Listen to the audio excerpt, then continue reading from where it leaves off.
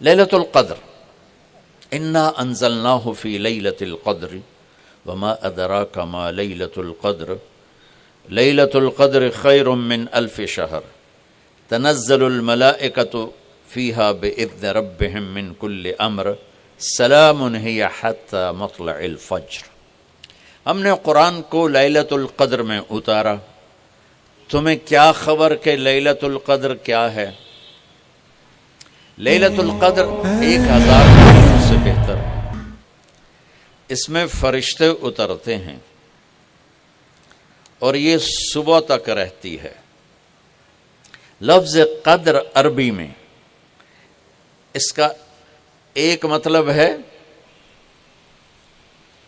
قیمت، سبحان اللہ۔ تو اللہ نے کہا میں تمہیں بتاؤں، آپ سب تاجر بیٹھے ہو، لیلۃ القدر کی قیمت کیا ہے؟ 1000 مہینوں سے بہتر ہے، 1000 مہینوں سے بہتر ہے۔ اب 1 روپے پر 1000 نفع لے سکتے ہیں؟ دنیا میں کوئی ایسا کاروبار ہے؟ جو ہیروئن بیچتے ہیں وہ بھی نہیں لے سکتے۔ اور میرا اللہ کہہ رہا ہے 1 رات 1000 مہینے، یعنی کوئی 82-83 سال۔ یہ تو آ گیا پہلا قدر۔ دوسرا اس کا مطلب ہے تنگ پڑ جانا، تنگ پڑ فقدر علیہ رزقہ۔ تو تنزل الملائکۃ فیہا، تنزل الملائکۃ والروح فیہا، کہ اس رات اتنے فرشتے اترتے ہیں کہ زمین تنگ پڑ جاتی ہے، سبحان اللہ، اتنے فرشتے آتے ہیں زمین تنگ پڑ جاتی ہے۔ تیسرا مطلب ہے قدر، مقدار کو، تو اللہ تعالیٰ نے اس کا آخری مطلب بھی بتایا، سلام ہی حتی مطلع الفجر، کہ یہ فجر کی نماز تک، فجر کی اذان تک یہ رہتی ہے۔ 3 مطلب ہیں قدر کے، تینوں اللہ نے قرآن میں کور کیے۔ قیمت کیا ہے؟ 1000 مہینوں سے بہتر۔ تنگی کیا ہے؟ فرشتوں سے زمین بھر جاتی ہے۔ مقدار کیا ہے؟ صبح صادق۔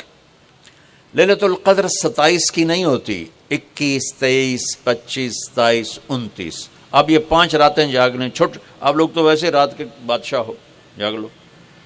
تو لیلۃ القدر مسجد میں نہ گزارو، گھر میں گزارو۔ یہ مسجدوں میں اشتہار لگ جاتے ہیں، فلاں کے ساتھ شب قدر گزاریں، فلاں حضرت کے ساتھ شب قدر گزاریں، پھر ادھر کوئی صلاۃ تسبیح پڑھ رہا ہے باجماعت، عورتیں صلاۃ تسبیح کی جماعت کرا رہی ہیں، اور پتہ نہیں اور کتنی عجیب و غریب قسم کی عبادات شروع ہو جاتی۔ یہ نفلی عبادت ہے، میرے نبی گھر میں پڑھتے تھے۔ آپ نے اشراق کے سوا ہر نفل گھر پڑھا، ہر سنت گھر میں پڑھی، تو آپ لیلۃ القدر کو یہ مستورات بھی آپ بھی اکٹھے ہو کے نہیں منانا، الگ الگ مصلی بچھا کر اپنے اللہ سے رونا دھونا کرو، اپنے اللہ کو منانا کرو، میں بھی کروں، آپ بھی کریں۔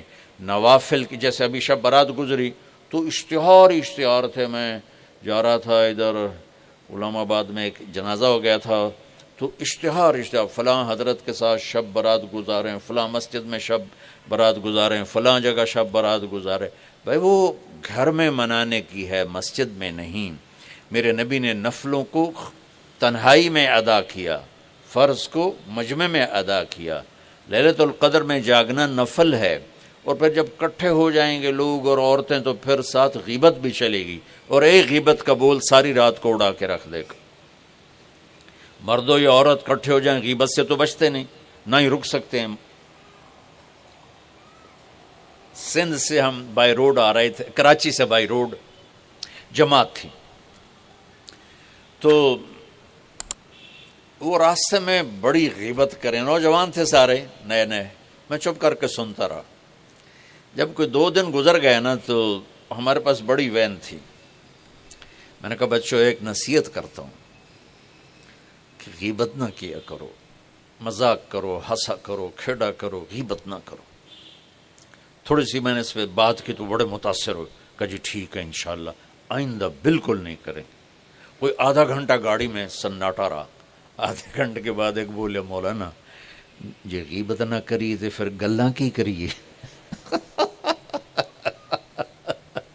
یہ میرا کلچر ہے.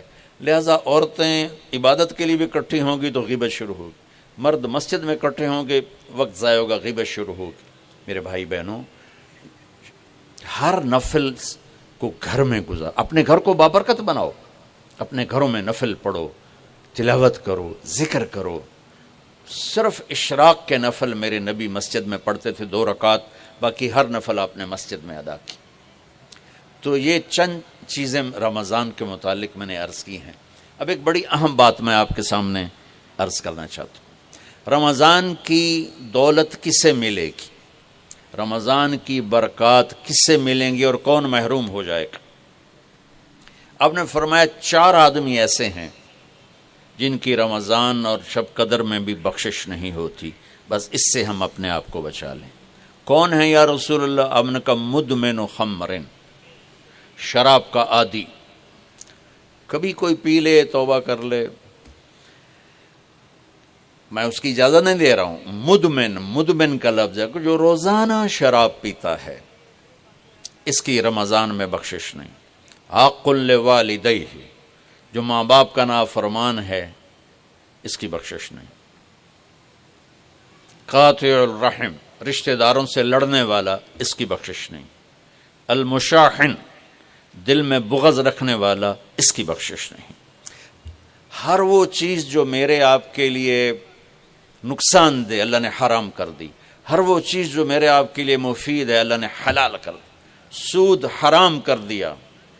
ہمارے پاکستان کی معیشت نہیں, پوری دنیا کی معیشت ڈوبی پڑی ہے, سارے ملک قرضوں پہ چل رہے ہیں. سود نے پوری دنیا کو تباہ کر دیا. تو میرے اللہ تعالیٰ نے, آپ دیکھتے ہیں میرا اللہ کہتا ہے فَأَذَنُوا بِحَرْبٍ مِّنَ اللَّهِ وَرَسُولِهِ, اگر سود نہیں چھوڑو گے تو میرے اور میرے رسول مل کر تمہارے خلاف جنگ کریں گے. تو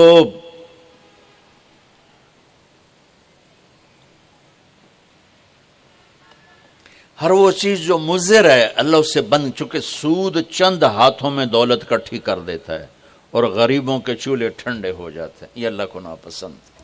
جو بھی بھائی پھنسے ہوئے ہیں نکلنے کی نیت کریں اور کوشش کریں, انشاءاللہ چین کی نیند سوئیں گے, چین سے اٹھیں گے.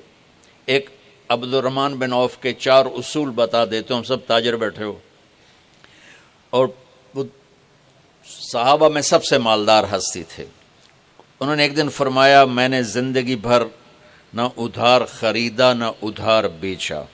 اگرچہ یہ آپ کو آج کے ماحول میں بڑی عجیب بات لگے گی, چونکہ ہمارے سارے بازار ادھار پہ چلے گئے ہیں. انہوں نے فرمایا نہ کبھی ادھار خریدا نہ ادھار بیچا.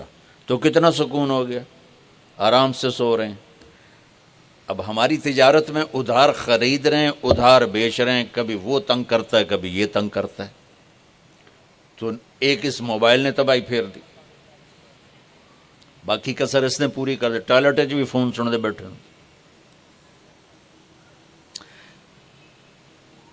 کبھی سٹاک نہیں کیا مال کو, کبھی سٹاک نہیں کیا, جو ہی نفع ملا فوراً بیچ دیا. واہ واہ. تو ادھار خریدا نہیں, ادھار بیچا نہیں 2, کبھی سٹاک نہیں کیا 3, اور کبھی سودے کا عیب چھپایا نہیں. اس میں کوئی عیب ہے بتا دیا. آپ اس پہ آ جائیں, آپ کو شروع میں مشکل ہوگی. اس کے ساتھ سچائی اور دیانتداری کو جوڑ دیں, اللہ کی قسم آپ کا سوتر منڈی جانا بھی عبادت بن جائے گا, آپ کا مل میں جانا بھی عبادت بن جائے گا, اگر آپ اپنے تجارت کے ساتھ سچائی اور دیانتداری کو لے آتے. پھر اللہ تعالیٰ نے اس میں غریب آدمی کے روزے اچھے گزر جائیں, عید اچھی گزر جائے, اس کے لیے اللہ تعالیٰ نے صدقہ فطر رکھا ہے. ہم اسے عید کے ساتھ جوڑ دیتے. پہلی رمضان سے دینا چاہیے تاکہ غریب اپنا کوئی روزہ تو رکھ سکے. پہلے رمضان سے 29 رمضان تک جب مرضی دے دیں, اور اگر وہ فطرانہ ادا نہیں کرتا تو اس کے روزے اس کے سر کے اوپر سے بھی نہیں جاتے, وہیں کھڑے رہتے ہیں. اور عام طور پر یہاں اخبار میں ٹی وی پر گندم کے لحاظ سے آتا ہے 2 سیر کڑک دے دو, وہ تھوڑے سے پیسے ہیں, 100-200 روپے ہے. میں آپ کو آپ سب مالدار لوگ بیٹھے ہیں, میں آپ کو اپنے نبی کا صدقہ فطر بتاتا ہوں کہ آپ کیا دیتے تھے. آپ کشمش دیتے تھے, کھجور دیتے تھے,